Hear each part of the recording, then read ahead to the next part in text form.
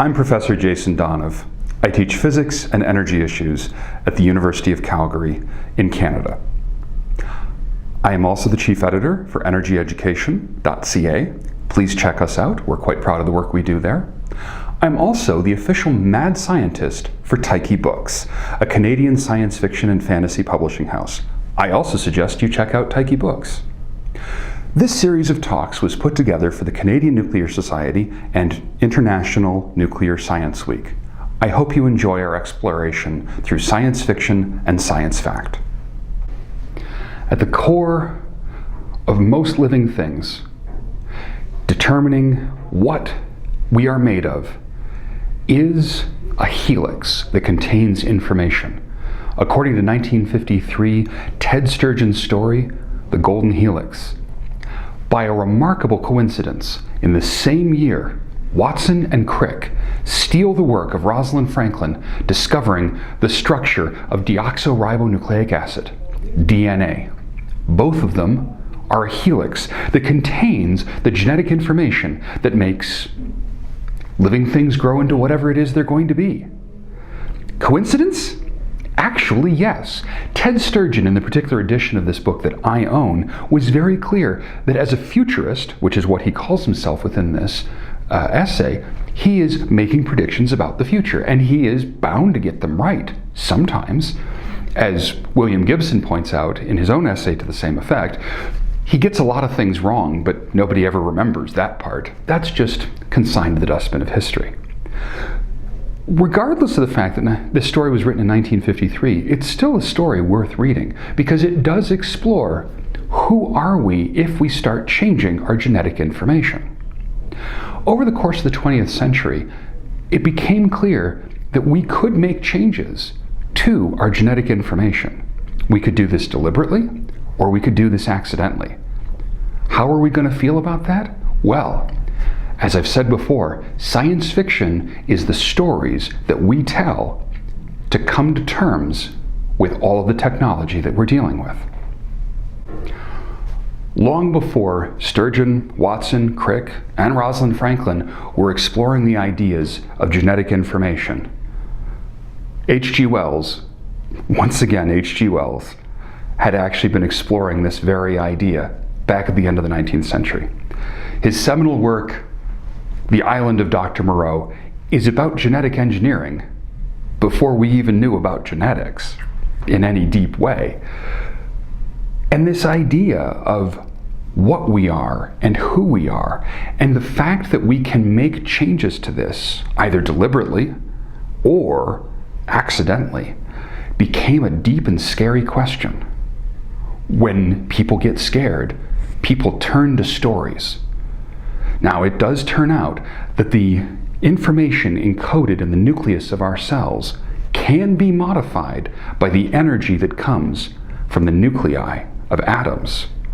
That's true, and we are scared about that, probably more than we need to be. What did the stories say? Well, let's find out.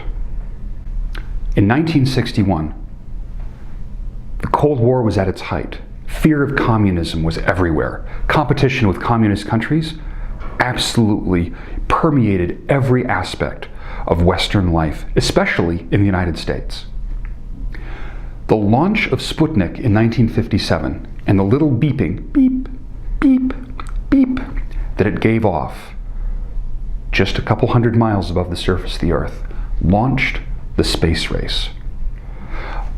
Well, comic books were always reflecting the period of the time, and specifically Marvel comic book creators Jack Kirby and Stan Lee launched their first superhero team. What did they know about radiation? Well, space has radiation, and radiation causes mutation. So they decided to tell a story about 4 fantastic individuals. This is their story. Space radiation suddenly turns scientist Reed Richards, Sue Storm, whom he later marries, Sue Storm's annoying younger brother, Johnny Storm, and their friend Ben Grimm into superheroes. Now, radiation was on a lot of people's mind in those days. And specifically, Lee and Kirby use this idea of radiation changing who people are into something other than human repeatedly, as we'll see over the course of the rest of this video.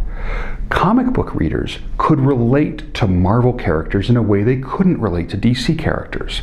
DC stories were set in places like Gotham City, Metropolis, things that were echoes of our real world, while Marvel cut more to the chase and placed them in New York, Chicago, etc. These cities were real, the people were real, and the readers could actually identify with the specific comic book characters who were squabbling with their friends, who had a certain amount of angst.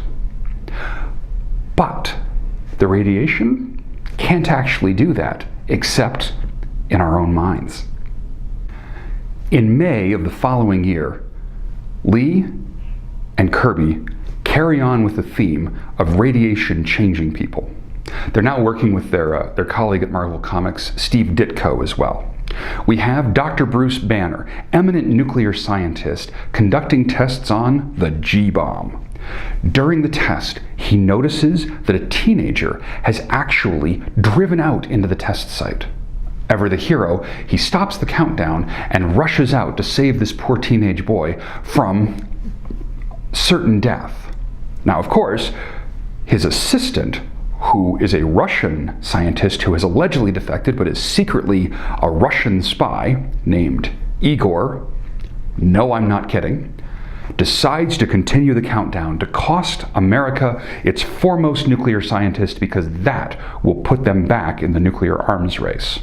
It permeated everywhere.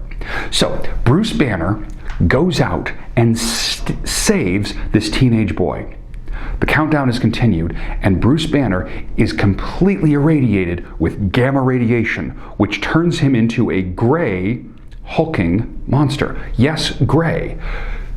Lee had specifically wanted the Hulk to be gray so it wouldn't be associated with any particular ethnic group. Remarkably progressive for him at the time. But it turns out that Stan Goldberg, the colorist, couldn't get the gray to work consistently within the comic books.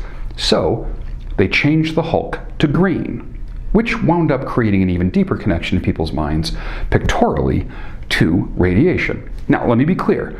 The reason that people think radiation is green is because of radium dials, which go back 40 years before this.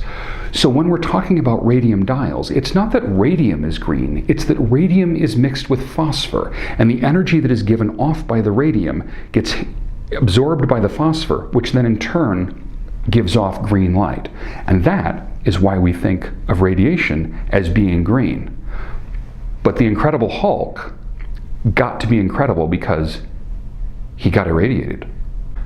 Lest we think it's only Lee and Kirby who are doing this, Brian Bendis and Michael Gaydos in 2001 create Jessica Jones. Jessica Jones is driving along the road with her family when, in a car accident, radioactive chemicals spill into her lap. These radioactive chemicals give her flight, limited invulnerability, and super strength. She becomes a superhero named Jewel.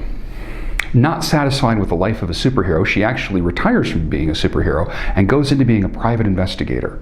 Once again, Marvel leading the edge in a lot of darker and more complex emotional processes, because really, when it comes down to it, Jessica Jones is far more about a person dealing with being different than it is actually about radiation, but it was radiation that started her story.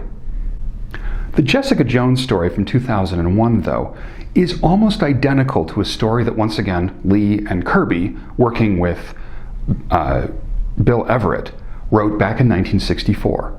Matt Murdock saves a blind man who's crossing the street from a car accident and almost certain doom.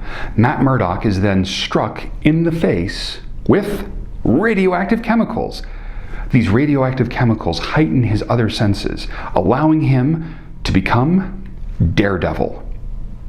Daredevil's a fascinating character because it's exploring both the limitations and the strengths of the character in one of the most soulful comic book characters that I'm aware of. 20 years later, Eastman and Lard in 1984 used the exact same accident. No, not the same story, the exact same accident to create another set of favorite superhero crime fighters. The canister, after bouncing off Matt Murdock's face, goes and strikes an aquarium, shattering it and irradiating 4 poor little turtles. These turtles wind up growing and becoming Michelangelo, Donatello, Raphael, and Leonardo.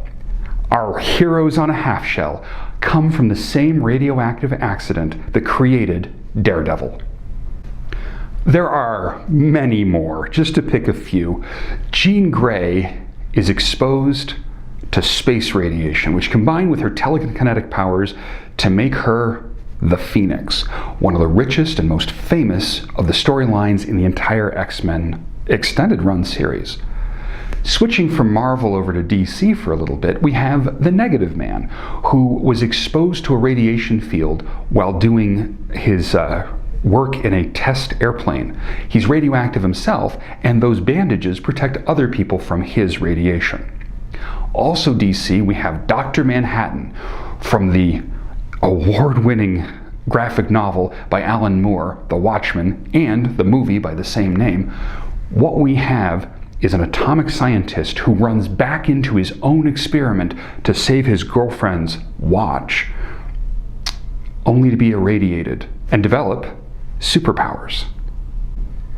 The most famous creation to come from the pens of Lee and Kirby was by far Spider-Man. This came from Amazing Stories issue number 15 in 1962.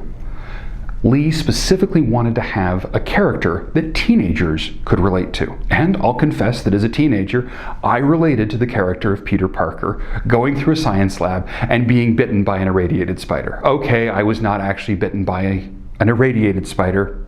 I wasn't even bitten by a spider, but I related to the character nonetheless, and it was very important to me. This story has inspired countless people for more than 50 years, but it all started with radiation. Since its discoveries in the 1890s, radiation has allowed us to do amazing things that 100 years ago probably would seem like superpowers.